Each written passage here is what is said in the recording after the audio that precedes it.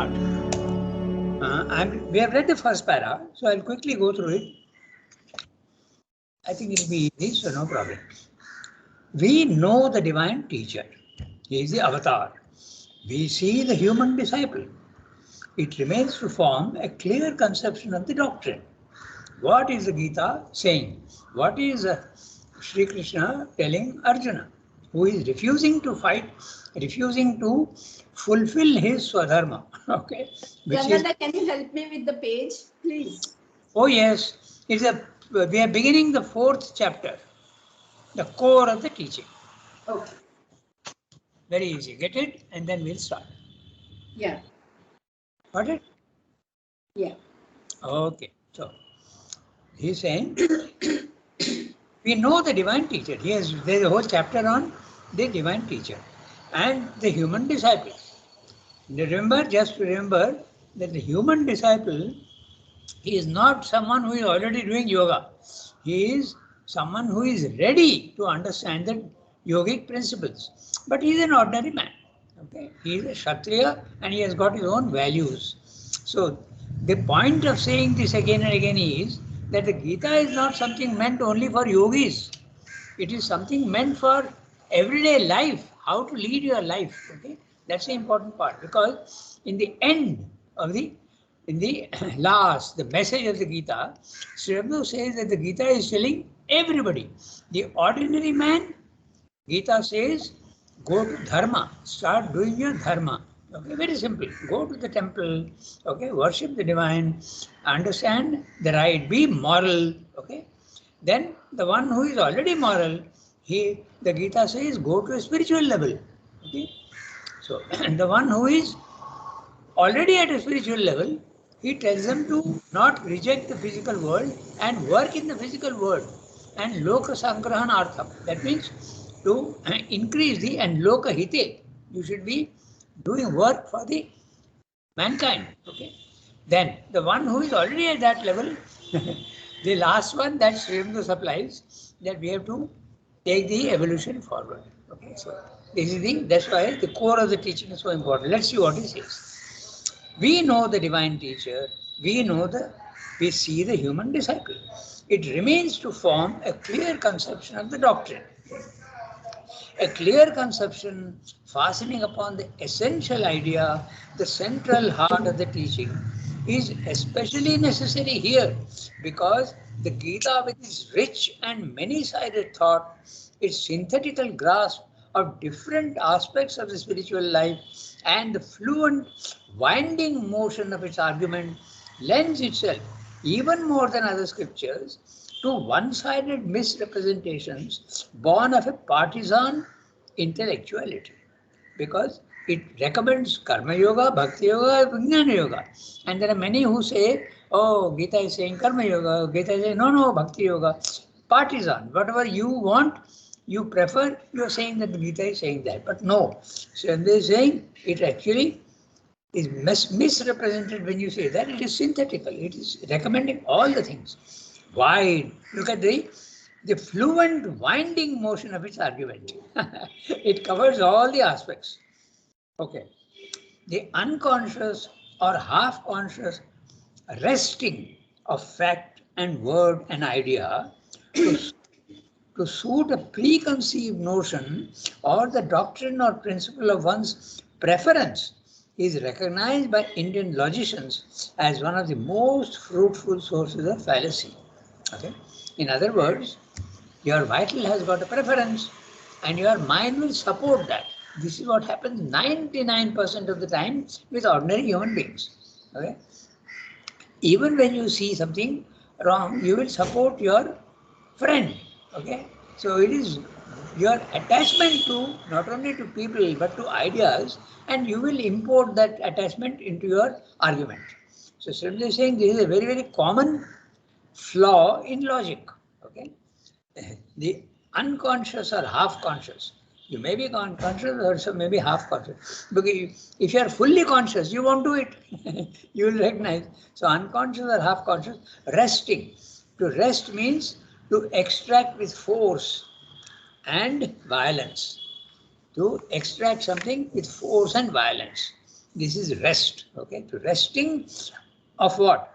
Of fact and word and idea.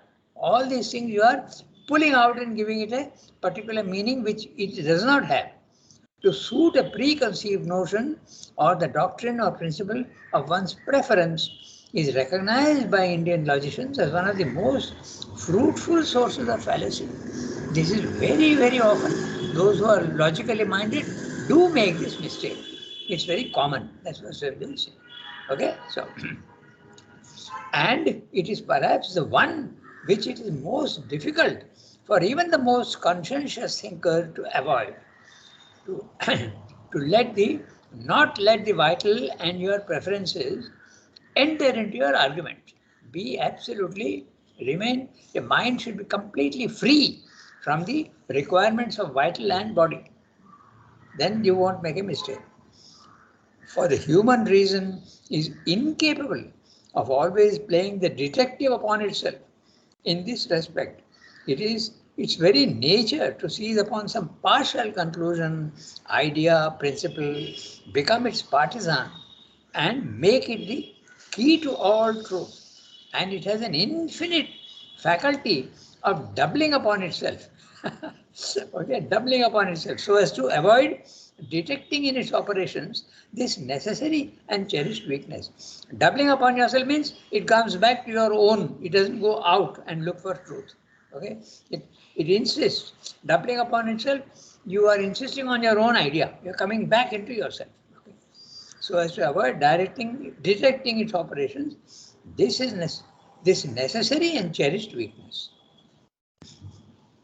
Then the Gita lends itself easily to this kind of error, because it is easy, by throwing particular emphasis on one of its aspects or even on some salient and emphatic text and putting all the rest of the 18 chapters into the background, or making them a subordinate and auxiliary teaching, to turn it into a partisan, okay, partisan, it's pronounced, okay, partisan, of our own doctrine or dogma.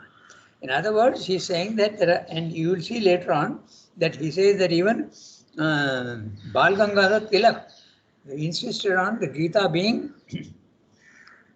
Karma Yoga, but the Bhakti Yoga and the Jnana Yoga part was less stressed with him, in him. But it is, all are important. That's what he's saying. So it's clear now what he's saying. This is a logical fallacy which is very often applied to the Gita. Okay. Now we can read the next. So now he's going to tell you what are these misrepresentations. In 3 paragraphs, he's going to tell you misrepresentation 1, misrepresentation 2, and misrepresentation 3. Okay. We'll tell you one by one all the misrepresentations. So let's read. Who will read today? Someone who has not been reading very frequently. Pallu, you are not there in the other classes, so you better read this. Okay, the first one. Second one, Tarika. Okay, because you are right. Okay, go ahead. Thus, there are those who make the Gita teach not works at all, but a discipline of preparation for renouncing life and works. The indifferent performance of prescribed actions or of whatever task may lie ready to the hands becomes the means, the discipline. The final renunciation of life and works is the sole real object. It is quite easy to justify this view by citations from the book and by a certain arrangement of stress in following out its argument, especially if we shut our eyes to the peculiar way in which it uses such a word as sannyasa, renunciation. But it is quite impossible to persist in this view on an impartial reading in face of the continual assertion to the very end that action should be preferred to inaction, and that superiority lies with the inner renunciation of desire by equality and the giving up of the works to the Supreme Purusha. this is most important aspects of the Gita. That it says renunciation, sannyasa and tyaga. Okay, so these two words, there's a play, and people misunderstand that. The real sannyasa is not the giving up of the world or giving up of action. Okay, you should not give up action at all. Na karma lipyate nare, as the Isha Upanishad says, it does not. You can do it. Normally it does. When you do an action, there is a reaction and you suffer. But you can cut the attachment in the source. When you cut the attachment in the source, the work that you do is not so important.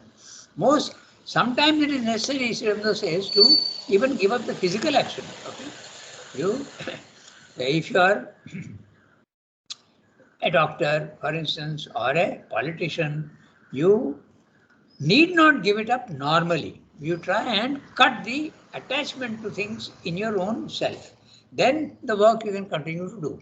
But sometimes if you feel that my cutting the attachment in myself is not very successful, then to test yourself as to how much you have really become without attachment, give up the physical action itself. Then you will know. The reaction in you will tell you. If there is absolutely no reaction in you, you have managed to cut the connection in yourself. But if you see that there is still a hankering for the work that you have to do, then you know that you have not yet given up the whole thing. Okay. In fact, that's what happened to Sri Aurobindo. He was doing the work in the revolutionary field, but he was ordered by Sri Krishna to go elsewhere and sit quiet. Get away from this work and do another work. I am giving you another work. Okay. So this is the first misinterpretation. Sannyasa. But they interpret it as giving up the physical world and giving up physical action. Okay? You should not give up, because in many other places he says very clearly action should be preferred to inaction. In fact, that's the most karmanyeva adhikarasya ma phaleshu kadachana. Okay, don't be attached to action or to inaction. Neither to action nor to inaction. Very, very clear. Okay. Na karma hetur. I've forgotten the exact words, but Na karma phala hetur bhu, na mate sangostva vikarmani.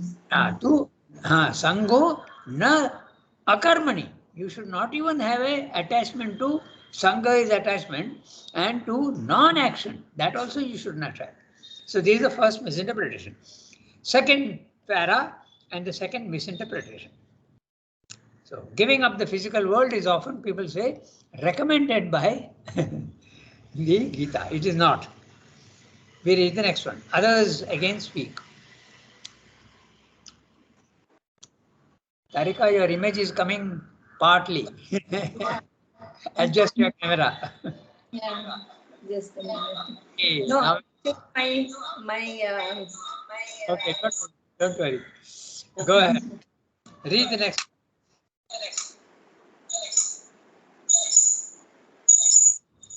Others speak. Okay. She has left temporarily. She'll be coming back. Then maybe she can read the third one. Oh, no. I'll read.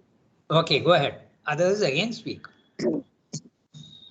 Others again speak of the Gita as if the doctrine of devotion were its whole teaching, and put in the background its monastic elements and the high place it gives to quietistic emergence in the one self of all.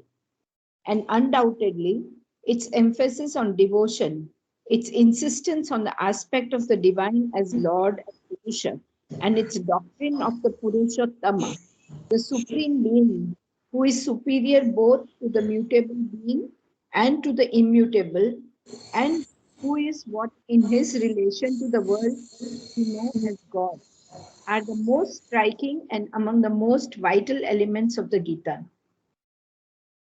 Still, this Lord is the self in whom all knowledge culminates, and the master of the sacrifice to whom all works lead, as well as the Lord of love, into whose being the heart of devotion enters.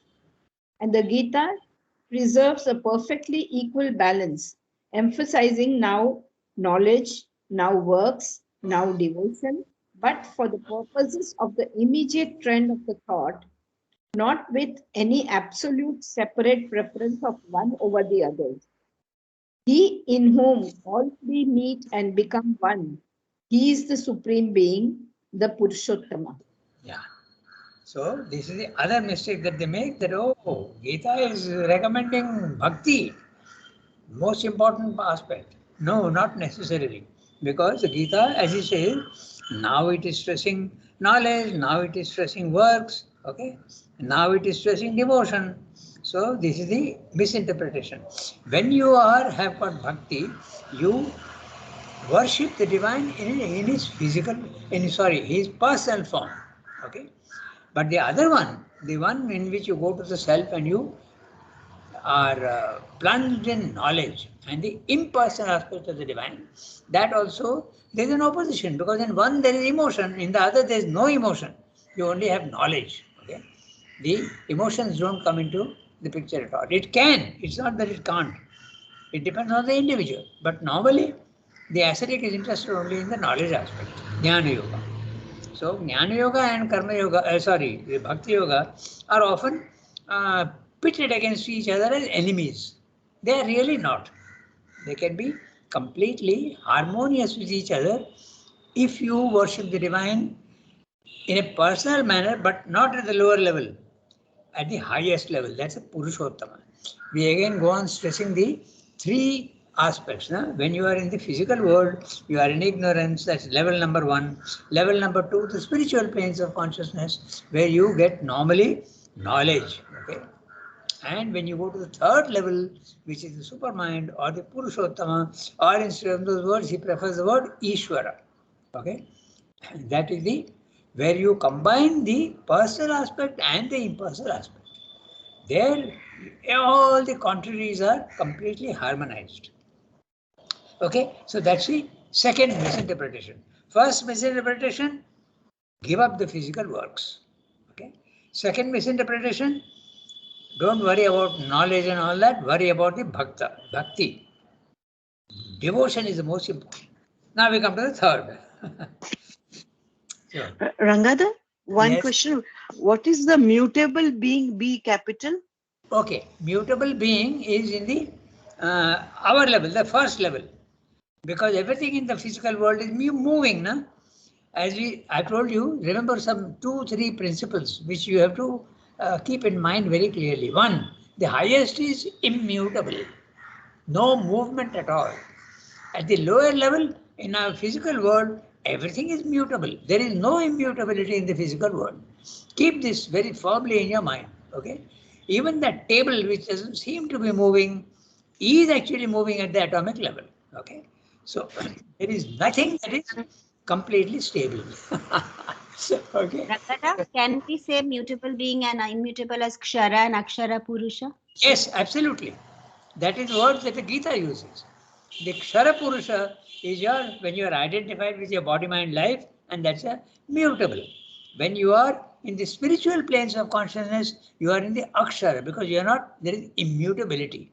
But these two seem to be opposites, so you have to combine them and you go to the Purushottama level. Okay. In fact, words used in the Gita are Kshara Purusha. Then Kshara Purusha is the mutable being. That also is the divine, because this psychic being is actually evolving. So he is mutable. Even the divine here is mutable. Okay. Your psychic being is evolving. You can't say that it is static. It's the self that is static. The self is the second level. Okay. Then they seem to be opposites. So how do you combine them? So Akshara Purusha, Kshara Purusha, Akshara Purusha, the second level. Third level, Uttama Purusha, the ultimate Purusha. So you reverse the words and make it Purushottama. Okay. So if you use the word Purusha, Kshara Purusha, Akshara Purusha, Uttama Purusha. And that Uttama Purusha is Srimada's Lord, like a king. He is a person dealing with his own kingdom, which is the universe that he has created. Okay? Palu clear? Mutable and Yes, immutable. Rangada. Yeah, okay. So keep these basic ideas. The highest is, I repeat these 3-4 things that you must remember. At the highest level, immutability. That highest level can include also the spiritual planes of consciousness. Okay, there is immutability and there is total mutability at the lower level. Number one. Number two, at the highest level, only one. At the lowest level, multiplicity, infinite forms. At the highest level, infinity. At the lowest level, finiteness is the main characteristic. The universe may be infinite, but everything in it is finite. All the things in it are finite. Okay? Then, absolute top, light. Absolute bottom, darkness. Absolute top, formlessness. There's no form. That's why the gods can take any forms they want. Okay? When you worship a god, he can appear to you in the form that you are imagining him to be. Okay? And in the physical world, rigid forms. So keep these 3-4 ideas firmly in your mind. Many things will become clear. Okay? Total freedom on top, total lack of freedom below. Lack of freedom means laws. You are bound by laws. When laws are there, there is no freedom. Even in the physical world, no? When the government makes a law, okay, you are bound by certain things. When the traffic light comes red, you are not allowed to move. That's a law. Okay. So the physical world is all bound by laws. Otherwise, there will be chaos. So you think that it better govern everything by laws, but all the laws are very relative. They are never absolutely true. And that is why mukti, when you go to the spiritual level of consciousness, no laws apply to you. And that is one of the main things that also the Gita stresses, sarva dharman parityajya. Okay, so now we go to the third. So first misinterpretation, give up the physical world in action. Second misinterpretation, most important thing is the devotion. Now the third one. Okay, one of you has to read. Who will read? Yasmin has not read. Archana Ji has not read. Yes, I will read. I will read. Okay, Yasmin, go ahead. Read the third one. But at the present day, since in fact the modern mind began to recognize and deal at all with the Gita, the tendency is to subordinate its elements of knowledge and devotion, to take advantage of its continual insistence on action, and to find in it a scripture of the Karma Yoga, a light leading us on the path of action, a gospel of works. Undoubtedly, the Gita is a gospel of works, but of works which culminate in knowledge, that is, in spiritual realization and quietude, and of works motivated by devotion, that is, a conscious surrender of one's whole self first into the hands and then into the being of the Supreme, and not at all of works as they are understood by the modern mind, not at all an action dictated by egoistic and altruistic, by personal, social, humanitarian motives, principles, ideals. Yet, this is what present day interpretations seek to make of the Gita. We are told continually by many authoritative voices that the Gita, opposing in this the ordinary ascetic and the quietistic tendency of Indian thought and spirituality, proclaims with no uncertain sound the gospel of human action, the ideal of disinterested performance of social duty. Nay, even, it would seem, the quite modern idea of social service. To all this, I can only reply that very patently and even on the very surface of it, the Gita does nothing of the kind, and that this is a modern misreading, a reading of the modern mind into an ancient book of the present day European or Europeanized intellect, into a thoroughly antique, a thoroughly Oriental and Indian teaching. That which the Gita teaches is not a human, but a divine action, not the performance of social duties, but the abandonment of all other standards of duty or conduct for a selfless performance of the divine will working through our nature. Not social service, but the action of the best, the God possessed, the master man done impersonally for the sake of the world and as a sacrifice to Him who stands behind man and nature. Yeah. So this is the other one. It is action. Okay. And in fact, he is referring here. I had asked Jolda because he's saying. Uh, uh, Light heat was the part, but what by even he's saying by some well-known people. No? He's saying by okay, we'll read the whole para. But at the present day, since in fact the modern mind began to recognize and deal at all with the Gita, the tendency is to subordinate its elements of knowledge and devotion and to take advantage of its continual insistence on action and to find in it a scripture of the Karma Yoga, a light leading us on the path of action, a gospel of works. Okay? Now, undoubtedly, the Gita is a gospel of works. Definitely, it tells you to do works. But works how? Not dictated by the mind and the ego, but dictated by the divine. There's a huge difference because if you say mind and ego, you will interpret it as a social duty, and that's a Western idea. In the West, they have got the idea of the social duty. In fact, the Christians also do that. They do conversion work, but they will come and do social duty. They'll give you education, they'll open schools, they'll open charity centers, all these things they will do. Okay? But that is all based on ego and not the divine action. That's what Swami is making a very clear distinction. Undoubtedly, the Gita is a gospel of works, but of works which culminate in knowledge, that is, in spiritual realization and quietude. Okay? And works motivated, note the word quietude, because you are working in the physical world, but inside you are absolutely calm and quiet. There is no reaction at all. Yeah, most important, quite right. And works motived.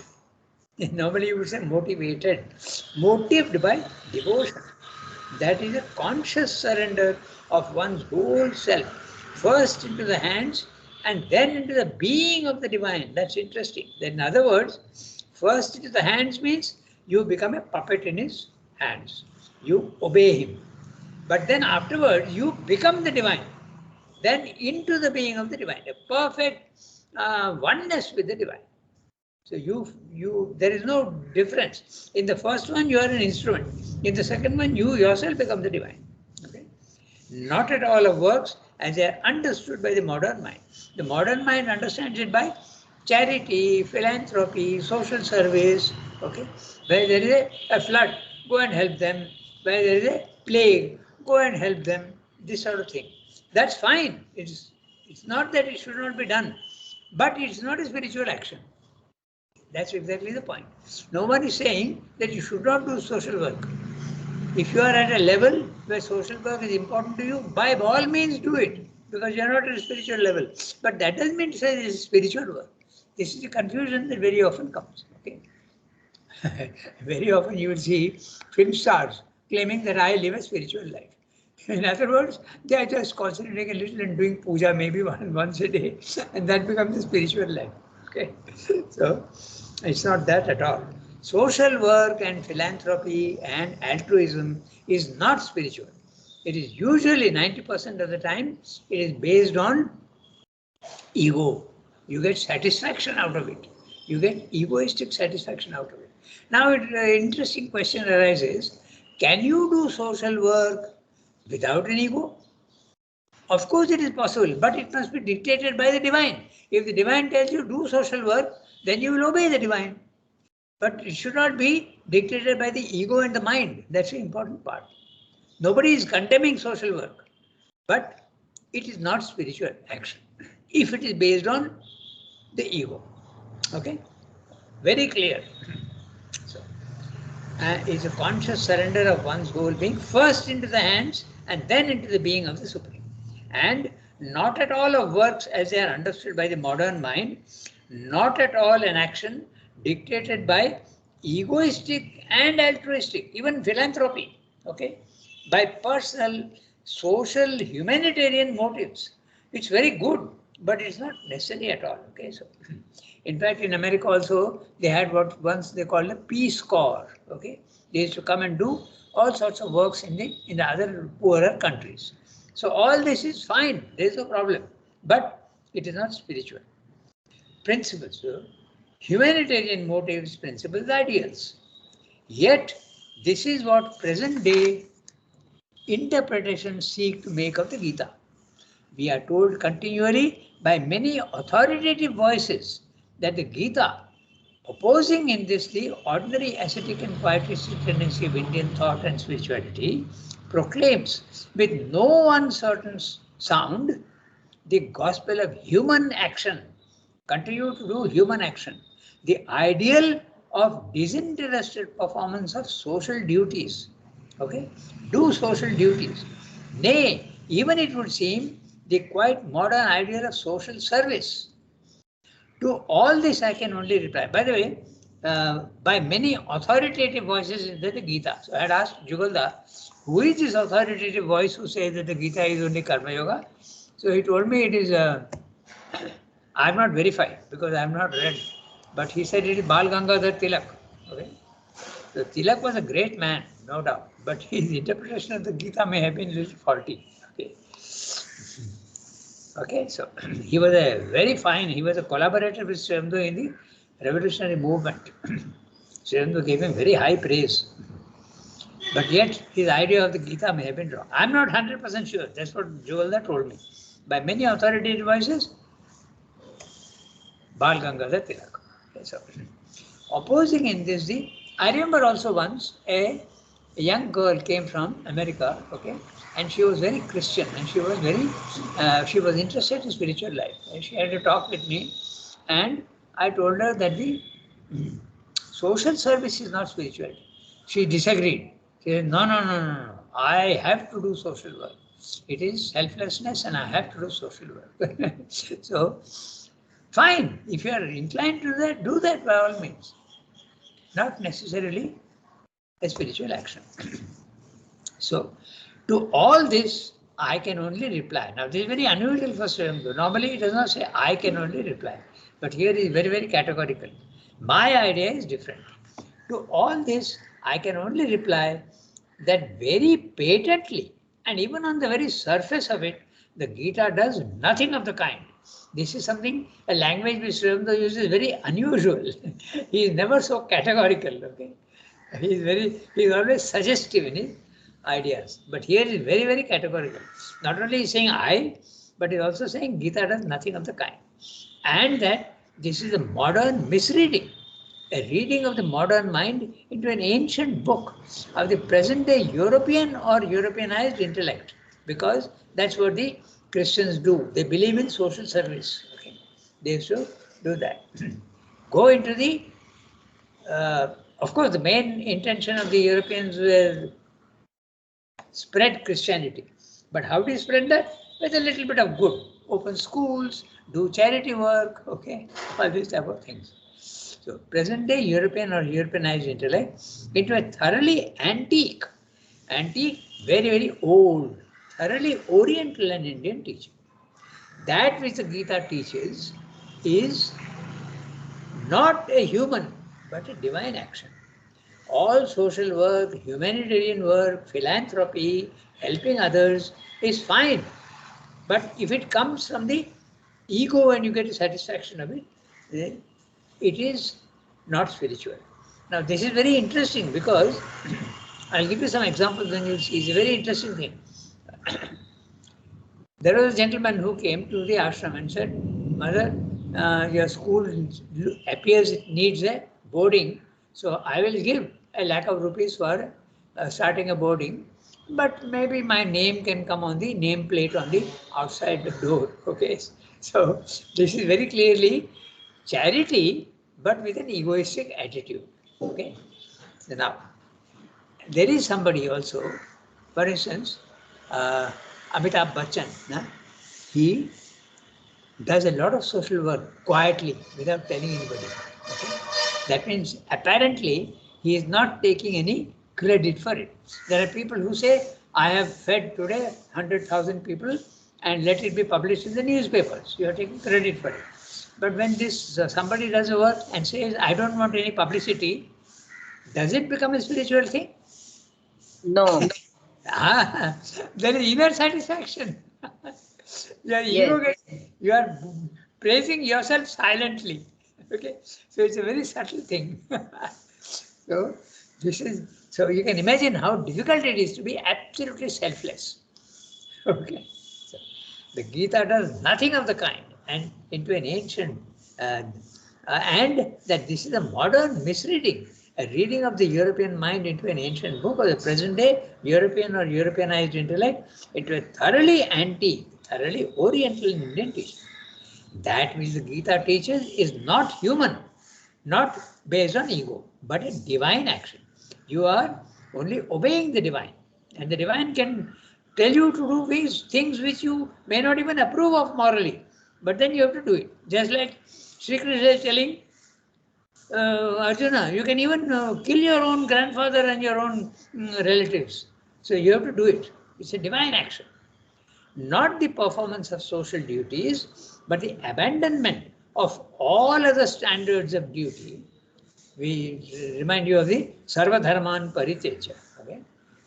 Abandonment of all standards of duty and conduct for a selfless performance of the divine will. What the divine is telling you to do, you do. But is that possible at our level? No. But we can keep trying. We go on trying, and one day you will make out the difference between your own will and the divine will. In the beginning, you can't, obviously not. Working through our nature. Not social work, but the action of the best, the God possessed, the master men, done impersonally for the sake of the world. Okay?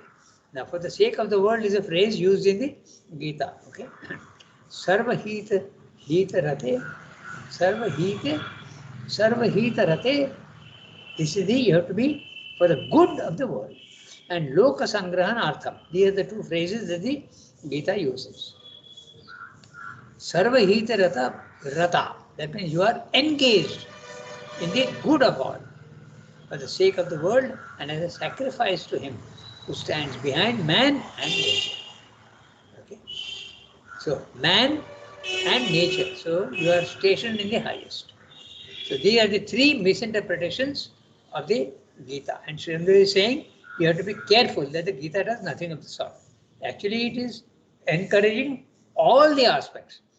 Bhakti Yoga, Karma Yoga, Jnana Yoga. We have 10 minutes. I think, Yeah. Ranada, I think people think that it is insisting on karma because this whole teaching came at the time of when Arjuna says that no, I will not fight. That's right. He is saying that I will not act. That's That is right. when it is taken as mainly karma yoga, no? That's right. That's right. But it is asking him to go to the Purushottama level. Okay, and then do. Don't let your own ego decide what is right and wrong. Then you are on a moralistic basis. But you have to be on a spiritualistic basis, not the mind and the ego, but the divine will tell you what to do and what not to do. Is it possible at our level? Certainly not. But we can understand very clearly, if we are honest with ourselves, that it is my ego, my desire, my vital that is asking me to do something. But even that, you recognize it and go on and try to change it. Try to reduce the egoistic influence in yourself. Then slowly, it will come. Okay? We can read one more small para, not very small, but we can read the next one. In other words, so who can read now? Jasmine read. Archana, yeah, you'll read. I think Archana is not there. Okay, then Gita maybe, or even Jyoti Anand. Jyoti Anand often doesn't read, so it would be nice if you could read, Jyoti.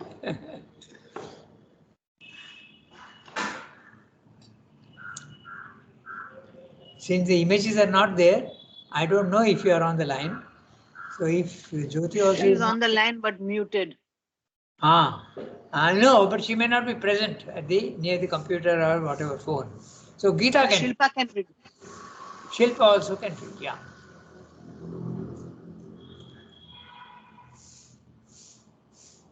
Decide quickly and start. Okay, I will Yes. read them. Okay, go ahead. In other words, Yeah. the Gita is not a book of practical ethics, but of the spiritual life.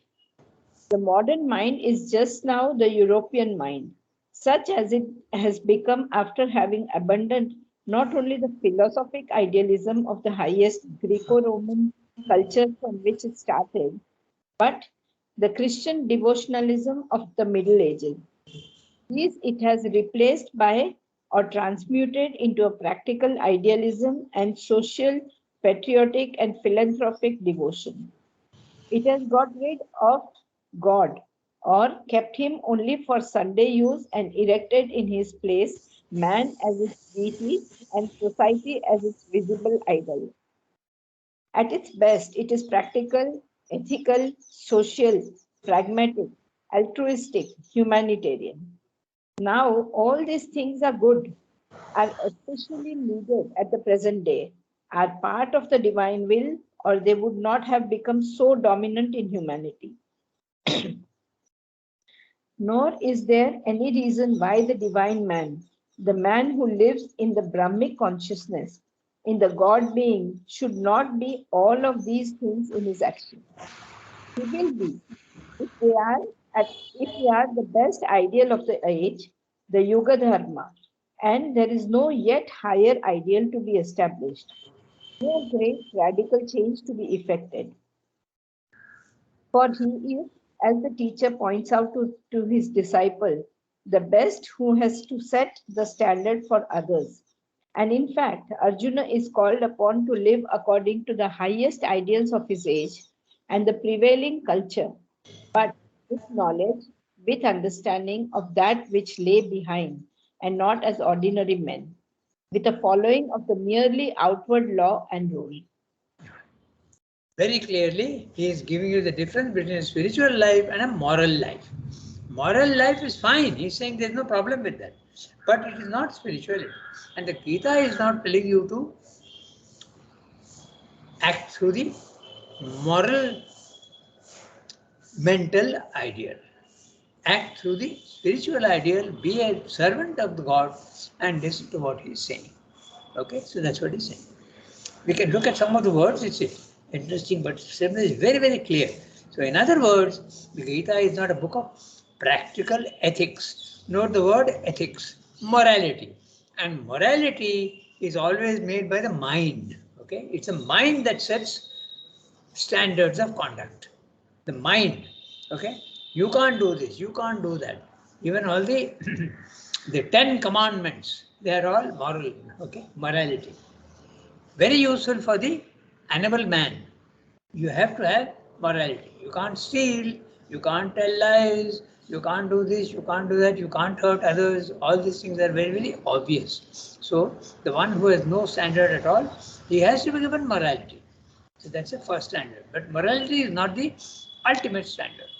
In Synthesis of Yoga, he has a chapter called the Standards of Conduct. And the standards of conduct, there are 4, Sridhar says. I'm just repeating that because it's relevant here. The first standard is when you have to develop yourself, you are justified fully in doing egoistic works. Because if you don't do egoistic works and you don't have a motive in your action, you will not be able to develop yourself. To develop yourself fully, your individuality is absolutely valid. Okay? So you develop yourself fully, and the ego is a helper, and the desire also is a huge helper. Without desire, you will not be able to develop yourself. That's the first standard.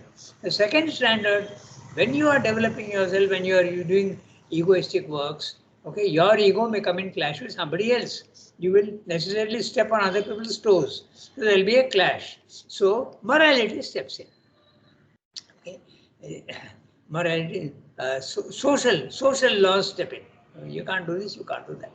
And the third level is the social laws, that's second standard of conduct. The society tells the individual what he can do and what he cannot do. Okay, it's a society that imposes laws on the individual.